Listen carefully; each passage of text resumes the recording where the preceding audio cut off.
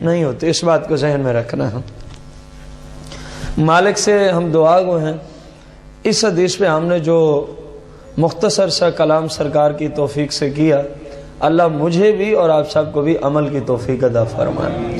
حضرت سیدنا ابو حبیب رضی اللہ عنہ سے روایت ہے، حضور سید العالمین شفیع المذنبین احمد مصطفیٰ صلی اللہ علیہ وسلم نے ارشاد فرمایا، فرشتے اللہ تبارک و تعالی سبحانہ کے کسی بھی بندے کے عمل کو لے کر اوپر جاتے ہیں تو اس کی کثرت اور پاکیزگی کا ذکر کرتے ہیں، یہاں تک کہ وہ اللہ تعالیٰ کی منظور کردہ بلندی تک پہنچتے ہیں۔ تو اللہ تعالیٰ بذریعہ وحی فرشتوں سے فرماتا ہے کہ بے شک تم میرے اس بندے کے عمل کے محافظ ہو، پر میرے اس بندے کے دل میں جو کچھ تھا وہ میں جانتا ہوں، وہ میں جانتا ہوں۔ یہ اپنے عمل میں میرے لیے مخلص، فرشتے تو چرچے کر رہے ہیں لیکن اللہ فرما رہے تمہیں کیا پتا کہ اس کے دل میں نیت کیا ہے، یہ ریاکار ہے، یہ کیا ہے؟ پس اس کا نام اصحاب سجین میں لکھ دو، جہنم کے سب سے نچلے طبقے میں، جہنم کے سب سے، کیونکہ یہ ریاکار ہے، کیونکہ یہ کیا ہے؟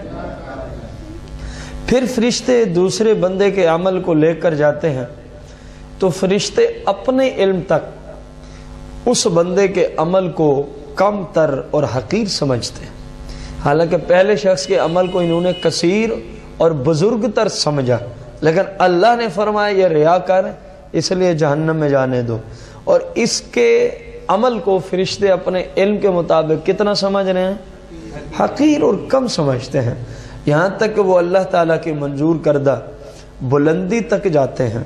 تو اللہ تعالیٰ بذریعہ وحی ان سے فرماتا ہے بے شک تم میرے اس بندے کے عمل کے کیا ہو، پر میں تو اس کے دلی ارادے سے واقف ہوں نا، جس کا تمہیں پتہ نہیں ہے، میں واقف ہوں۔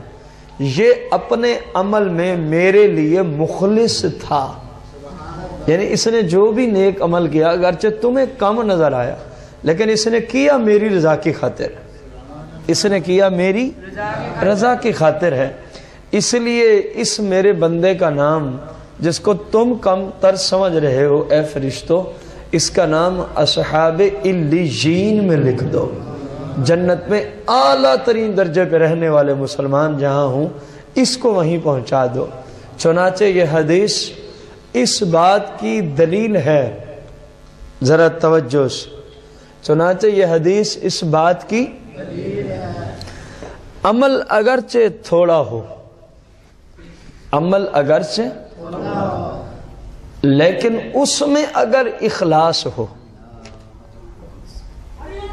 اس میں کیا ہو کہ صرف اللہ کی رضا ہو، صرف، تو اللہ تعالیٰ اپنے فضل و کرم سے اس کے ثواب کو اپنی شایان شان بڑھا دیتا ہے، اپنی شایان شان بڑھا دیتا ہے، جیسا کہ اللہ عز و جل نے خود ارشاد فرمایا اگر نیکی ایک ہوگی تو ہم اسے بڑھا کر دگنا کر دیں گے اور ہم اس کا بہت بڑا اجر و ثواب اور بدلہ عنایت فرمائیں گے، اور وہ بڑے سے بڑا عمل، اور وہ بڑے سے دن رات لگا ہوا ہے عبادات میں، نفل عبادات، دن رات۔ پہلا بندہ صرف 5 وقت کی نماز پڑھتا ہے، تہجد نہیں پڑھتا، اشراق نہیں پڑھتا، چاش نہیں پڑھتا، اوابین نہیں پڑھتا، کوئی نفل عبادت نہیں کرتا، لیکن کرتا صرف اللہ کی۔ اور دوسرا بندہ بڑے سے بڑے عمل کرتا ہے، بڑے سے بڑے عمل کرتا ہے، لیکن نیت میں فطور ہے کہ لوگوں کو پتہ چلے کہ میں بھی یہ کام کرتا ہوں، لوگوں کو پتہ چلے، یعنی ریاکاری کیا ہے؟ اللہ کریم کی رضا نہیں، خالصتاً اللہ کریم کے لیے وہ کام کیا نہیں گیا، تو ایسے شخص کو اللہ کی بارگاہ سے ثواب تو دور کی بات ہے، سوائے جہنم کے اس عمل کی وجہ سے اور اس کو کوئی صلہ نہیں ملے گا۔ اب کیا فائدہ ہے بندہ دن رات محنت بھی کرے اور جائے دوزخ میں، اور جائے، یہ تو بد مذہبوں والی بات ہو گئی۔ بد مذہب دن رات مر رہے ہیں، وہاں تک پہنچے ہوئے ہیں بسترے اٹھا کے بیوی بچوں سے دور، جہاں تک ہم سوچ نہیں سکتے، لیکن ساری زندگی مرتے رہیں گے، ساری زندگی۔ دیکھیں تبلیغ کے لیے جانا عظیم اجر و ثواب ہے، شرط یہ ہے کہ بندہ رسول اللہ کا غلام ہو، بندہ رسول اللہ کا غلام ہو۔ یہ تبلیغ کرنا جرم نہیں ہے، لیکن ان کی جو عقیدے کی گندگی ہے اس کی وجہ سے میں نے یہ جملہ بولا۔ اب جتنا مرضی مر جائیں، پتہ نہیں ہوتا پیچھے کتنے زندہ ہیں اور کتنے، اور ایک جملہ اور بول دوں، اور کتنے پیچھے پیدا ہو چکے ہیں، کوئی پتہ نہیں ہوتا، کوئی پتہ نہیں ہوتا۔ ہم جی اللہ کے دین کی باتیں کر رہے ہیں، ہم جی اللہ کے دین کی تبلیغ کر رہے ہیں۔ ایسی تمہاری تبلیغ جس میں رسول اللہ صلی اللہ علیہ وسلم کی گستاخی والا عقیدہ ہو، جتنا مرضی محنت کرو جانا کہاں ہے؟ جب ریاکار جو ہو عاشق لیکن ریاکاری فقط کرتا ہو، گستاخی نہ کرتا ہو، جب وہ دوزخ میں جا رہا ہے تو تم تو گستاخ رسول، تم کس طرح بچ سکتے ہو؟ بڑے سے بڑا عمل، بڑے سے کسی صورت بھی، کسی جس میں ریاکاری ہو بندے کی بخشش کا ذریعہ، بلکہ وہ صرف جہنم میں جانے کا کیا بنے گا؟ اگلی حدیث سے مسئلہ وضاحت کے ساتھ انشاءاللہ آ رہا ہے، چند ہی جملوں کے آگے۔ حضرت فقی رحمۃ اللہ تعالی علیہ کا فرمان ہے کہ فقہائے کرام کے ایک گروہ نے اپنی سند کے ساتھ مجھے بتایا، اپنی سند کے ساتھ ایک شخص ہے سمیر اصبحی، کیا نام ہے اس کا؟ اصبحی۔ اس کا بیان ہے کہ جب وہ مدینہ منورہ میں داخل ہوا تو وہاں ایک شخص کے پاس لوگوں کو اجتماع کی صورت میں دیکھا، ایک بندہ بیٹھا ہے، باقی لوگ اس کے ارد گرد بیٹھے ہیں۔ میں نے پوچھا کہ یہ مجمع کیسا ہے؟ تو لوگوں نے جواب دیا کہ یہ سیدنا حضرت ابو ہریرہ رضی اللہ تعالی عنہ ہیں۔ میں ان کے پاس گیا اور دیکھا کہ آپ لوگوں کو حدیث مبارکہ سنا رہے تھے، سرکار کی حدیث کا درس دے رہے تھے۔ جب انہوں نے سکوت فرمایا یعنی خاموشی اختیار کی تو میں نے انہیں تنہائی میں لے جا کر کہا کہ آپ نے خود سید عالم صلی اللہ علیہ وسلم سے سنا ہے اور ان احادیث کو یاد یعنی حفظ کیا ہے۔ آپ نے فرمایا بیٹھو، میں تمہیں وہ حدیث مبارکہ سناؤں جو آپ صلی اللہ علیہ وسلم نے ارشاد فرمائی ہے۔ اس وقت بس ہم دونوں ہی تھے، تیسرا کوئی شخص موجود نہیں تھا۔ پھر سیدنا ابو ہریرہ رضی اللہ تعالی عنہ نے ایک چیخ ماری، کیا ماری؟ ایک چیخ ماری اور بے ہوش ہو کے گر پڑے، اور بے ہوش ہو کے گر پڑے۔ کچھ دیر افاقہ ہوا، اپنے چہرے کو سنبھالا، پھر فرمایا جو حدیث مبارکہ میں نے حضور صلی اللہ علیہ وسلم سے سنی ہے تجھے ضرور سناؤں گا، جو حضور صلی اللہ علیہ وسلم نے ارشاد فرمائی ہے۔ فرمایا ہم دونوں کے سوا کوئی تیسرا بندہ؟ ابو ہریرہ نے پھر ایک چیخ ماری اور بے ہوش ہو کے زمین پہ گر پڑے، اور بے ہوش ہو کے زمین پہ گر پڑے۔ کچھ دیر کے بعد افاقہ ہوا، پھر اپنے آپ کو سنبھالا تو پھر یہی جملے بولے، میں سرکار کی وہ حدیث تجھے ضرور سناؤں گا جو حدیث میں نے خود سرکار سے سنی ہے، اور ہم دونوں کے سوا کوئی تیسرا بندہ؟ پھر چیخ ماری اور چیخ مارتے ہی بے ہوش ہو گئے اور زمین پہ گر پڑے، اور پھر کچھ دیر کے بعد اٹھے تو فرمایا یہ دیکھیں اللہ کا خوف اس قدر تھا ان لوگوں پر. حدیث کچھ ایسی تھی عنوان کے اعتبار سے کہ اتنی بڑی محنت بھی کی پھر بھی جہنم میں جانا پڑا، تو وہ اللہ سے اتنے ڈرتے تھے کہ یا اللہ کہیں ہمیں بھی ان میں سے نہ کر دینا. اس وجہ سے وہ حدیث سنانے سے پہلے تڑپ جاتے، چیخیں مارتے اور گر پڑتے اللہ کے خوف کی وجہ سے. کاش کہ ہمیں بھی کوئی اللہ کا خوف نصیب ہو جائے نفوس قدسیہ کے صدقے. حدیث یہ ہے، سرکار نے فرمایا جب قیامت کے دن اللہ کریم اپنی مخلوق کے مابین فیصلہ فرمائے گا تو تمام امتیں گھٹنوں کے بل بیٹھی ہوں گی. دیکھو نا کتنا سختی کا عالم ہوگا. ہر شخص گھٹنوں کے بل بیٹھا، کسی کو کھڑے ہونے کی جرت نہیں. اتنا روب اور دبدبا ہے، اتنا خوف ہے کسی کو کھڑے ہونے کی. تو سب سے پہلے جس شخص کو بلایا جائے گا وہ قرآن کا حافظ ہوگا، یعنی ایک گروہ ہوگا قرآن کے حفاظ کا. پھر جو ان کے بعد گروہ آئے گا وہ شہداء کا گروہ ہوگا. کن کا گروہ ہوگا؟ جو اللہ کے راستے میں شہید ہو جاتے ہیں. پھر ان کے بعد ایک پورا گروہ آئے گا جو دنیا میں بڑا امیر ترین شخص تھا، بڑا امیر ترین شخص تھا، جس نے اللہ کی راہ میں ہر طرح کا مال جہاں بھی کسی نے مانگا خرچ کیا ہوگا. ان تین طرح کے گروہوں کو اللہ کریم سب سے پہلے بلائے گا. اللہ کریم سب سے پہلے قاری قرآن عالم قرآن سے ارشاد فرمائے گا. اللہ کریم ارشاد فرمائے گا کیا میں نے تجھے قرآن کا علم نہیں دیا تھا؟ کیا میں نے تجھے قرآن کا علم نہیں دیا تھا؟ جو میں نے اپنے رسولوں پر اتارا وہ علم تجھے نہیں دیا تھا؟ وہ علم تجھے؟ وہ عالم عرض کرے گا ہاں یا رب. پھر اللہ ارشاد فرمائے گا تو نے اس علم کے مطابق کیا عمل کیا؟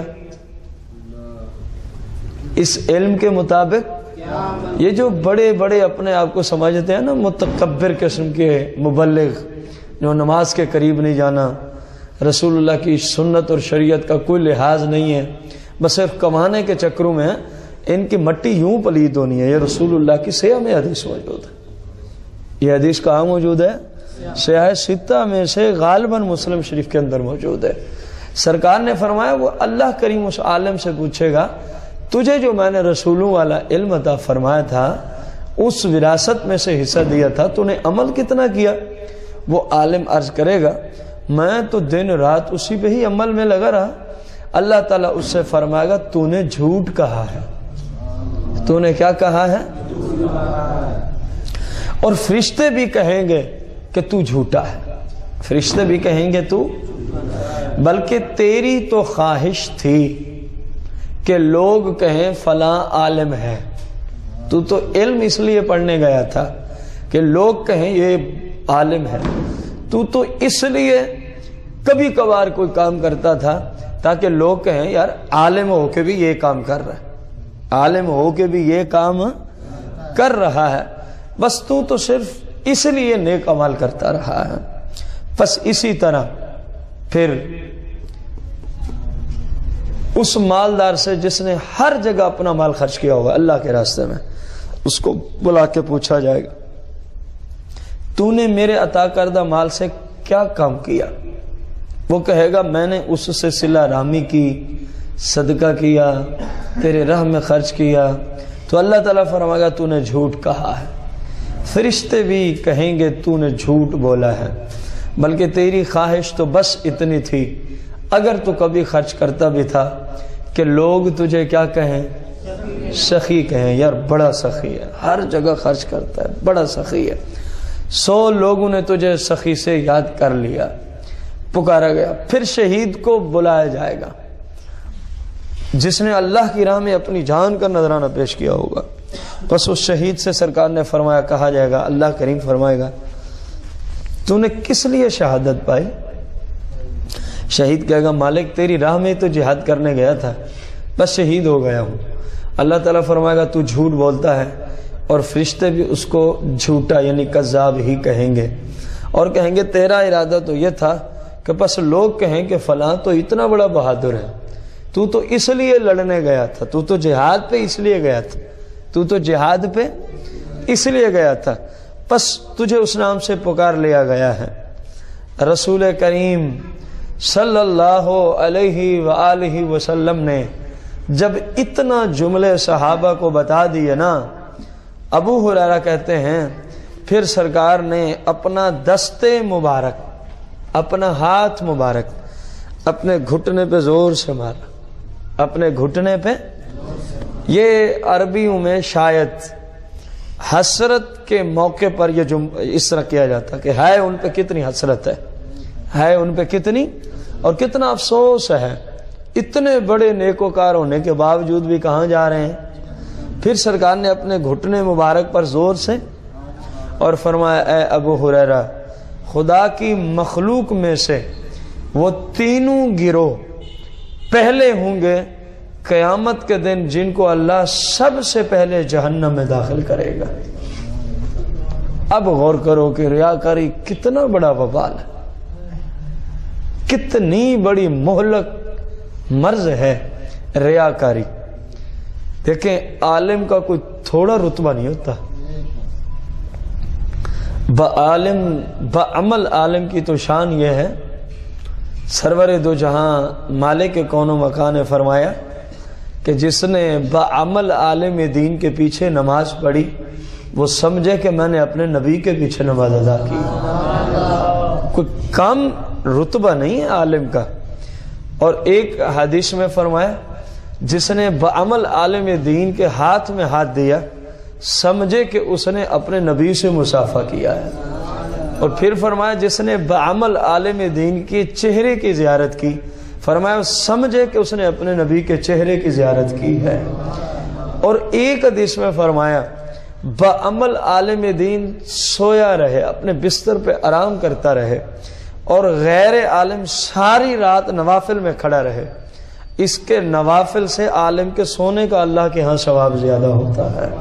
اور جن لوگوں کا اتنا رتبہ ہے، جن لوگوں کا اتنا، وہ سیدنا عبداللہ بن عباس والی بات رضی اللہ تعالی عنہ کی کہ عام مسلمان بھی جنت میں ہوگا اور عالم دین بھی، لیکن عالم دین کا جنت میں عام مسلمان سے کئی درجے محل بلند و اعلیٰ ہوگا، کئی درجے بلند ہوگا، کئی درجے کیا ہوگا؟